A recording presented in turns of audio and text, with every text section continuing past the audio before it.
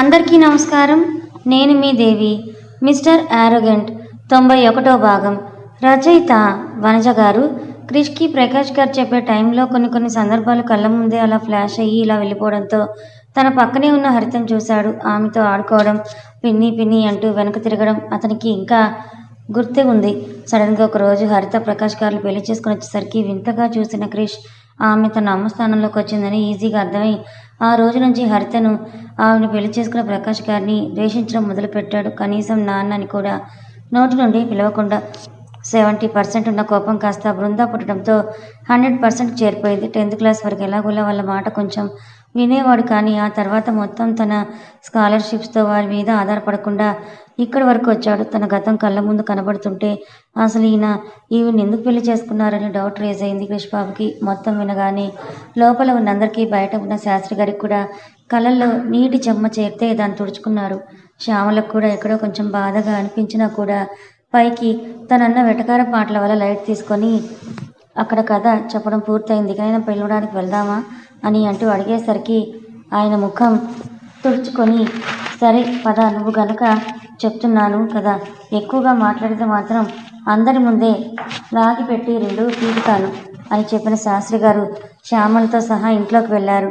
ఏదో ట్రాన్స్లో ఉండి బాధపడుతున్న అందరూ గుమ్మంలో నుండి వీళ్ళు లోపలికి రావచ్చా అని అడగటంతో ముందు తిరుపతి తేరుకొని శాస్త్రి గారి దగ్గరికి వెళ్ళి, ఎలా ఉన్నారు నాన్న, బాగున్నారా అంటూ ఆప్యాయంగా అడుగుతూ ఉంటే శ్యామల మూతి తిప్పుకుంది. ఎందుకు వచ్చారు వీళ్ళు అనుకుంటూ ప్రకాష్ గారు కూడా కళ్ళు తుడుచుకొని, లోపలికి రండి శాస్త్రి, అక్కడే నిలబడిపోయారేవి అని అనగానే అప్పుడు వచ్చారు వాళ్ళు ఇద్దరు. వాళ్ళ కోసం చల్లని మజ్జిగ చేసి తీసుకొచ్చింది త్రిపద.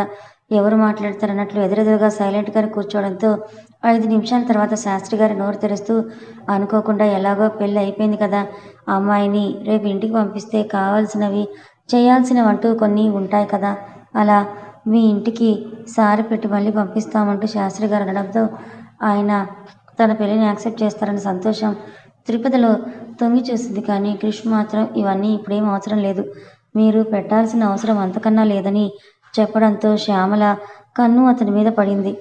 అయిన వాళ్ళంతా ధనవంతులకు, మనం పెట్టాల్సిందంటూ ఏముంటుందండి, అన్నీ ఉన్నాయి కదా, వాళ్ళే చూసుకుంటారులేండి అని చెప్పడంతో ఆమె వంక సీరియస్గా చూసిన శాస్త్రి గారు, నువ్వు నోరు మూసుకో అని అంటూ ఉంటే హరిత మధ్యలోకి వచ్చి, పుట్టింటి నుంచి ఎప్పుడు నగలు, ఖరీదు, పట్టుచీరలు, ఆస్తులు మాత్రమే సంతోషాన్ని ఇవ్వవండి.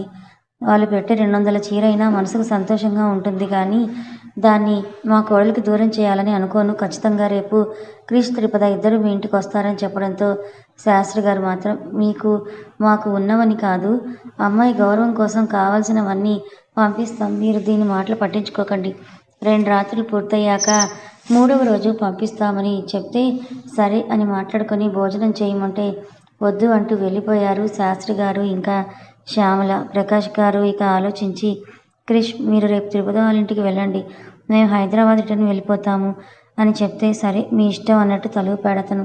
అక్కడి నుంచి బయటకు వచ్చిన శాస్త్రి గారు శ్యామల ఈసారి చిన్న కూతురింటికి పోతూ ఉంటే ఆమె సంబరం అంతా ఇంత కాదు. శాస్త్రి గారి కంటే 2 అడుగులు ముందే వేస్తూ అన్నయ్య అన్నయ్య అంటూ లోపలికి వెళ్ళిపోయింది.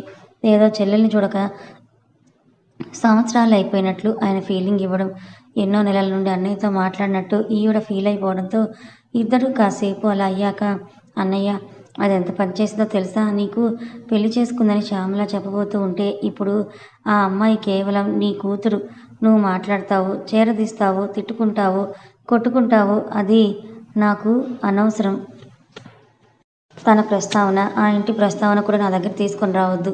ఇప్పుడు ఎందుకు వచ్చారో అది మాత్రం చెప్పండి అంటూ శాస్త్రి గారిని చూస్తూ శర్మగారు అడిగితే పెద్ద కూతురు దగ్గర చెప్పిన విషయాలే ఇక్కడ కూడా చెప్పిన శాస్త్రి గారు, శర్మగారు సరే రేపు పిల్లలిద్దరిని పంపిస్తాం కానీ అంటూ తను ఏవేవైతే కొడుకు అత్తింటి నుంచి రావాలని అనుకున్నాడో ఆ లిస్ట్ అంతా చెప్పి అన్ని ఆచారాలు సవ్యంగా జరగాలి, ఏ ఒక్క లోటు కూడా ఉండటానికి వీల్లేదని ఖచ్చితంగా చెప్పి పంపించారు. ఆ టైంలో మహిత నిద్రలో ఉండి బయటికి రాలేదు. ఆమె ఎందుకని బయటికి రాలేదని ఊహించిన శర్మగారు ప్రమోద్ అంటూ గట్టిగా పిలిచారు. శాస్త్రి గారు వాళ్ళు వచ్చినట్లు కనీసం ప్రమోద్కి తెలియని కూడా తెలియదు. తన పాటికి తను వర్క్ చేసుకుంటుంటే మహిత ఫుల్గా నిద్రచి పడుకుంది. అందుకే ఎవరు పిలవలేదు, తనకు మెలకు రాలేదు. ఇప్పుడు శర్మగారు అరిచిన అరుపుకి మహిత కదిలి మళ్ళీ నిద్రలోకి జారుకుంటే బయటికి వచ్చాడు. ఆ రావడంలో తన టీషర్ట్ కాలర్ బటన్ ఊడిపోవడంతో దాన్ని పెట్టుకుంటూ బయటకు వస్తూ ఉంటే సీరియస్ అయిన శర్మగారు బుద్ధుందా, ఏ టైంలో ఎలాంటి పనులు అని అడిగేసరికి బిత్తరపోయి చూశాడు ప్రమోద్. అయ్యో నాన్నగారు, నేనేం చేశానని ప్రమోద్ నిజంగానే అర్థం తెలియక తికమకగా అడుగుతూ ఉంటే ముఖం వేసుకున్న శర్మగారు అతని భుజం మీద చేసి బయటకు తీసుకువెళ్ళి, నేను రాయకూడదు, నాకు కూడా తెలియదు కాబట్టి బెడ్రూమ్కి సంబంధించిన విషయాలు, అందులో వాళ్ళకి ఉండే కొన్ని ఆచారాలు వివరంగా ఎక్స్ప్లెయిన్ చేసేసరికి అడ్డు చెప్పకుండా బుద్ధిగా తలూపి, ఆ రాక్షసి కనీసం చెయ్యి కూడా పట్టుకొనివ్వడం లేదు. ఈయనేమో చెప్తున్నాడు త్వరగా నేను సిటీకి వెళ్ళిపోతే బాగుండన్నప్పుడు గుర్తొచ్చింది ప్రమోద్కి తను ఇక్కడి నుంచి వెళ్లాల్సింది ప్రమోషన్ తీసుకొని హైదరాబాద్కి అని. పర్లేదులే, అక్కా చెల్లెలిద్దరూ కూడా ఒకే ఊర్లో ఉంటారు అని అనుకుంటూ లైట్ తీసుకొని రూమ్లోకి వెళ్ళేసరికి ముద్దుగా పడుకొని ఉంది మహిత. ప్రమోద్ చేతికి దురద పెట్టేలాగా బక్కని ఆమె నడుము కనిపెడుతూ ఉంటే దాన్ని నలిపేసి గిచ్చేసి బుద్ధిగా మళ్ళీ తన ల్యాప్టాప్ దగ్గరికి వెళ్ళిపోయాడు ప్రమోద్.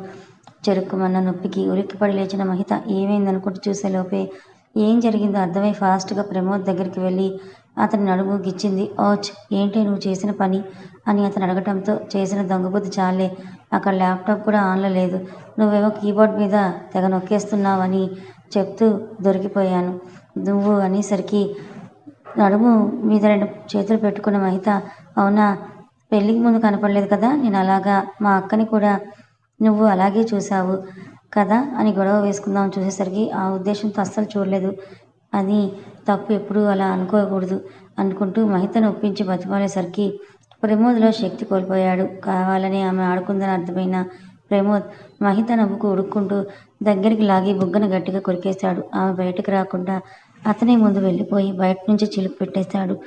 ఇంటికొచ్చిన శాస్త్రి గారు ఇంక రేపు కూతుర్లు వస్తున్నారు, వాళ్ళకి కావాల్సినవన్నీ చేయడంలో బిజీ అయిపోయింది శ్యామల.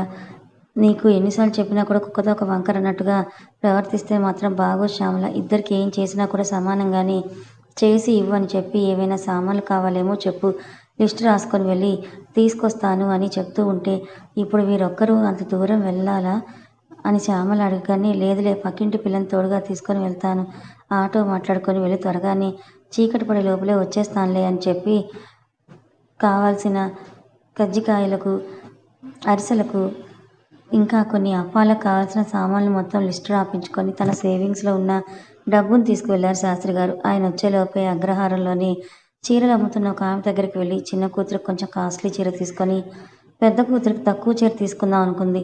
వద్దులే, ఇదన్నా ఊర్లోనే ఉంటుంది, అది హైదరాబాద్లో అంత గొప్పింట్లో ఉంటుంది, పరువు పోతుందేమో అని ఎంతో కొంత ఉన్న కన్నతల్లి పేగు బయటకు రావడంతో ఇద్దరికి పెద్ద అంచులో సమానమైన చీరలు 70 రంగుల్లో తీసుకొని కొంచెం డబ్బులు ఇచ్చి మిగతాది ఖాతాలో రాసుకోమని చెప్పి దానికి అక్కడే బ్లౌజులకి, కుచ్చులకి అన్నీ ఇచ్చేసి ఇంటికి వచ్చేసరికి శాస్త్రి గారు సరుకులతో ఇంట్లో పడ్డారు. ఇక కావాల్సినవన్నీ చేసుకుంటూ ఆమె రాత్రి బిజీ అయిపోయింది. ఒక పక్క కూతుర్లు అంటే మమకారం తెలుస్తున్న ఇంకో పక్క శాస్త్రి గారి భయం వలన కూడా. మరుసటి రోజు ఇంకా ఇల్లు వదిలి వెళ్ళిపోవాలని ప్రకాష్ గారు ఫీల్ అవుతూ ఉంటే, పోనీ మనం ఇద్దరం ఇక్కడే ఉండిపోదామా అని అడిగింది హరిత. వద్దు, కొన్నిసార్లు ఎమోషన్స్ కంటే బాధ్యతలే ముఖ్యం అనేలా చేస్తాయి, నా బిజినెస్ని టేక్ ఓవర్ చేయనని చెప్పేశాడు. మనం ఇక్కడే ఉండిపోతే అక్కడ అవన్నీ ఏమవుతాయి, వెళ్దాం కానీ ఈ ఇల్లుని ఇలాగే వదిలేయొద్దని చెప్పి ప్రకాష్ గారు కార్ అరేంజ్ చేసుకున్నాక తెలిసిన వాళ్ళతో ఇల్లు చూసుకుంటూ ఉండమని చెప్పి కొంచెం డబ్బులు ఇచ్చి హైదరాబాద్కి రిటర్న్ జర్నీ స్టార్ట్ అయ్యారు. కారు ఎక్కబోతున్న ఆర్యను ఆపేసిన క్రిష్, నేను లేను కదా అని నువ్వు నీ అయ్య కలిసి ఏమైనా పిచ్చి పిచ్చి ప్లాన్లు గీసి మా ఇంటి మీద చిన్న రాయి ఊడిపోయినా కూడా నీదే బాధ్యత, ఆ తర్వాత జరిగేదానికి నాకు సంబంధమే లేదని అతని కాలర్ సరిచేస్తున్నట్లుగా వార్నింగ్ ఇవ్వడంతో కొంచెం బెదిరిపోయాడు ఆర్య. డ్రైవర్ దగ్గరికి వచ్చిన క్రిష్, జాగ్రత్తగా వెళ్ళు, స్పీడ్ లిమిట్ క్రాస్ చేయకంటూ చాలా చెప్పి టిఫిన్ చేశారు కాబట్టి లంచ్ కోసం ఇక్కడ గల అన్నీ క్లియర్గా చెప్తుంటే ప్రకాష్ గారు తిరుపతిని చూస్తూనే మారిపోయాడు అని మనసులో అనుకుంటుంటే, హరిత మాత్రం అతనికి దూరం నుండే మెటికలు విరుస్తూ, మన కన్నాలో ఎంత చేంజ్ వచ్చిందండి పెళ్ళవగానే అని చెబితే, అవునవును, ఇప్పుడు అలాగే ఉన్నాడు, కానీ అక్కడికి వచ్చాక ఏం మారతాడో చూద్దాం పదా అంటూ కోడలికి చెయ్యి ఊపి, జాగ్రత్త, మీరు ఇక్కడికి రావాల్సిన అవసరం లేదు మళ్ళీ అని అన్నీ నేను మాట్లాడేశాను, డైరెక్ట్గా హైదరాబాద్కే వచ్చేయండి అని చెప్తే ఆ కోడలు అత్తయ్య, మావయ్య, ఆడపడుచులను నవ్వుతూ సాగనంపింది. లోపలికి వెళ్ళిపోతున్న త్రిపుద ఆమె పిరుదుల మీద నాట్యం చేస్తున్న జడని చూస్తూ మంచి ఫిగరే ఇది అనుకున్న క్రిష్ ఓయ్ అని పిలిచాడు. ఏంటన్నట్లు తిరిగి చూడటంతో క్రిష్ కింద పెదవిని కొరుక్కుంటూ ఏమీ లేదన్నట్టు తలూపి ఆమె కంటే ముందే ఇంట్లోకి వెళ్ళిపోయాడు. అన్నీ ఎక్కడ పడినా అక్కడ సర్దుకుంటున్న త్రిపుదను చూసి ఏంటి మీ ఇంటికి వెళ్ళే ఉద్దేశం లేదా అని అతను అడగటంతో ఎందుకు లేదు, బ్రహ్మాండంగా ఉంది. కానీ అత్తయ్య మావయ్య వాళ్ళు ఇప్పుడే వెళ్ళారు కదా, అప్పుడే ఇంటికి తాళం వేసి వెళ్ళడం బాగోదు కాబట్టి కాసేపు ఆగి వెళ్దామని చెప్తూ అన్నీ సర్దేశాక సోఫాలో కూర్చుని త్రిపుద. అత్తయ్య మావయ్యనా అని క్రిష్ ఒక ఐబ్రో ప్రెస్ చేసి అడగటంతో మీకు నచ్చినా నచ్చకపోయినా వాళ్ళిద్దరూ నా అత్తయ్య మావయ్యలే అవుతారని నేను ఇలాగే పిలుస్తానని త్రిపుద గట్టిగా చెప్పడంతో తాళి గుండెల మీద పడేసరికి బరువు పెరిగినట్లుంది అని అనగానే తలంచి కిందకు చూసుకున్న త్రిపుద చీర పైట సరిచేసుకుంటూ ఉండడంతో సైడ్ స్మైల్ ఇచ్చిన క్రిష్ బరువు అంటే ఆ బరువులు కాదులే, ధైర్యంలో బరువు, బాగా గట్టిగానే ఆన్సర్స్ ఇస్తున్నావు కదా అని చెప్తూ ఆమె పక్కకొచ్చి కూర్చోగానే అప్పుడంటే నేను త్రిపుద శాస్త్రి, మరి ఇప్పుడు అని ఆమె గ్యాప్ తీసుకోవడంతో మరి ఇప్పుడు అని అడిగాడు క్రిష్ బాబు కూడా. ఇప్పుడు క్రిష్ మహదేవ్ వర్మ అని ఆమె చెప్పడంతోనే క్రిష్ బాబు పెదాల్లో స్మైల్ విరబోసింది. ఇంకేం మాట్లాడకుండా మంచం చివర్లోకి బాబు కాలు చాపుకొని పడుకున్నాడు. మెల్లిగా అతను తలలోకి వేలు పెట్టి చిన్నగా ప్రెషర్ ఇస్తూ ఉంటే క్రిష్కి చాలా రిలాక్సింగ్ అనిపించి వెళ్ళకిలా పడుకున్నవాడు ఆమె నడుము వైపు ముఖాన్ని పెట్టి పడుకున్నాడు. నిమిషాల్లో అతను స్లీప్లోకి వెళ్ళిపోవడంతో స్లోగా తీస్తున్న వేడి శ్వాస ఆమె పొట్టకు తగిలి బిగుసుకునేలా చేస్తుంది. మామూలుగా క్రిష్ ఆడుకుంటున్నాడేమో అనుకున్న త్రిపురకి అతను కళ్ళు మూసుకొని ప్రశాంతంగా కనబడడంతో నిద్రపోతున్నాడని అర్థమై అలాగే అతని హెయిర్తో ఆడుకుంటూ టైంపాస్ చేసి తను కూడా నిద్రలోకి జారుకుంది. ఆల్మోస్ట్ 2 గంటల వరకు ఇద్దరికీ మెలకువ రాలేదు. తర్వాత క్రిష్ని మెల్లగా మేల్కొంటూ పడుకున్నానా అంటూ లేవబోయేసరికి త్రిపుద బొడ్డు పొట్ట బబ్లీగా కనిపించేసరికి కళ్ళు పెదాలు చేతులు అస్సలు గమ్మున ఉండటంతో కళ్ళతో చూసుకుంటూ పెదాలతో ఏమైనా పని చెప్తే ఆమె అరిచి గోల చేస్తుందేమో అనుకుని చేతికి పని చెప్తూ చూపుడు వేలిని సూటిగా నడుము మీద పొడుస్తూ ఉంటే అది అరిగిపోయి మళ్ళీ పైకి వస్తూ ఉంది కూడా. అలా కూడా ఉంటుందా అని అనుకున్న క్రిష్కి ఉండేలా ఎదురుగా ఆమె వివరమే కనపడుతూ ఉంటే బాగుందనుకుంటూ కాసేపు అదొక గేమ్లా ఆడుతూ ఉన్నాడు క్రిష్ బాబు. ఒకే చోట పదే పదే గుచ్చడంతో కొంచెం మంట అనిపించిన త్రిపుద ఉలిక్కిపడి లేస్తే క్రిష్ తల కింద పడేదే కానీ వెంటనే బ్యాలెన్స్ చేసుకున్న త్రిపుద అతను పడకుండా కాలు చాపడంతో ఆగాడు. 1 నిమిషం అతను పడిపోతాడేమో అని గుండె చప్పుడు ఆగిన ఆమె పడలేదని తెలిసాక క్రిష్ తలని హత్తుకుంటూ ఏం చేస్తున్నారు మీరు అని అడిగేసరికి ఏదో పెద్ద బుద్ధిమంతులాగా నీ నడుము చాలా బాగుంది ఆడుకుంటున్నానని క్రిష్ చెప్పగానే వింతైన ఫీలింగ్తో చూసింది త్రిపుద. అసలు క్రిష్ దగ్గర ఇలాంటి మాటలు ఉంటాయని తెలియదు ఆమెకి. అతని వైపే ఓరగా చూస్తూ ఒక చూపు చూసి గడియారం వైపు చూపు మరల్చగానే టైం 3 అవుతున్నట్టు తెలుస్తూ ఉంటే అయ్యో ఇంతసేపు నిద్రలో ఉండిపోయామా, మనం ఏం తినలేదు, ఇంటికి బయలుదేరలేదని హడావిడి పడుతూ ఉంటే ఇంకా ఇప్పుడేం అవసరం లేదులే అని క్రిష్ చెప్తున్నా కూడా వినకుండా ఫ్రూట్స్ కట్ చేసి పాలు కాచి ఇద్దరి కోసం తీసుకొచ్చింది త్రిపుద. ఆమె చేసేవన్నీ 1 గంట గమనిస్తూనే ఉన్నాడు అతను. ఇది జరిగింది మర్చిపోతే చాలనుకుంటున్నా అతడు తినను అన్నట్లు తలూపడంతో ఏమైంది మీకు అని ఆమె అడిగితే నువ్వే తినిపించంటూ కావాలని ఫోన్లో పని లేకపోయినా కూడా ఫోన్ చూసుకుంటున్న అతన్ని ఓపికగా ఒక్కొక్క ఫ్రూట్ పీస్ తినిపిస్తూ పాలు తాగించింది త్రిపుద. అచ్చం చిన్నపిల్లాడిలాగా. ఇంకొక కారు మాట్లాడుకుని ఇద్దరు అగ్రహారం బయలుదేరారు. అక్కడ శర్మగారేమో టైంలు అవి ఇవి చూసి కొడుకు కోడల్ని ఇదే టైంకి పంపించగానే కాలినడకన ఆ వీధి నుండి ఈ వీధికి వచ్చారు ప్రమోద్ మహితలు. జస్ట్ నిమిషాల తేడాతో ఒకరింటి ముందు ఆగితే ఇంకొకరి కారు అదే సమయంలో ఆగింది. 2 జంటలుగా వస్తున్న క్రిష్ త్రిపుద ప్రమోద్ మహితలను చూడటానికి శాస్త్రి గారికి 2 కళ్ళు సరిపోలేదు. ఇద్దరిని గుమ్మంలోనే ఆపేసిన ఆయన శ్యామలని కేక వేయడంతో పెరట్లో అరిసెలు కజ్జికాయలు చేపిస్తున్న శ్యామల హడావిడిగా లోపలికి వచ్చి ఇద్దరి కోసం హారతి పళ్ళెం తీసుకొని ఏ ఫీలింగ్ అంటే కుళ్ళు బుద్ధి అవ్యయం లేకుండా సమానంగా హారతిచ్చి ముందు పెద్ద కూతురు అల్లుడు తర్వాత చిన్న కూతురు అల్లుడిని లోపలికి పిలిచింది. ఎర్రనీళ్లు తీసి బొట్టు పెట్టాక నిన్న కొత్త మంచం గది అన్నీ రెడీ చేయించిన శాస్త్రి గారు ఇంతకుముందు త్రిపుద ఉన్న రూమ్లోకి పెద్ద కూతురు ఇంకొక కొత్త రూమ్లోకి చిన్న కూతురిని పంపేశాక వాళ్ళ కోసం ఏమేం చేయాలో సాయంత్రానికి భార్యకి ఆర్డర్ వేశారు. ఫ్రెండ్స్ ఎలా ఉంది మన క్యూట్ పెయిర్స్ లవ్ స్టోరీ ఏంటో ఈరోజు తోడలుళ్ళు ప్లస్ అన్నదమ్ములకు తమ భార్యల నడుము దర్శనం అయిపోయింది. కథ కొనసాగుతుంది. ఈ కథ మీకు ఎలా అనిపించిందో తప్పకుండా కమెంట్ చేయండి. కథ నచ్చితే లైక్ చేయండి. Thank you so much for watching.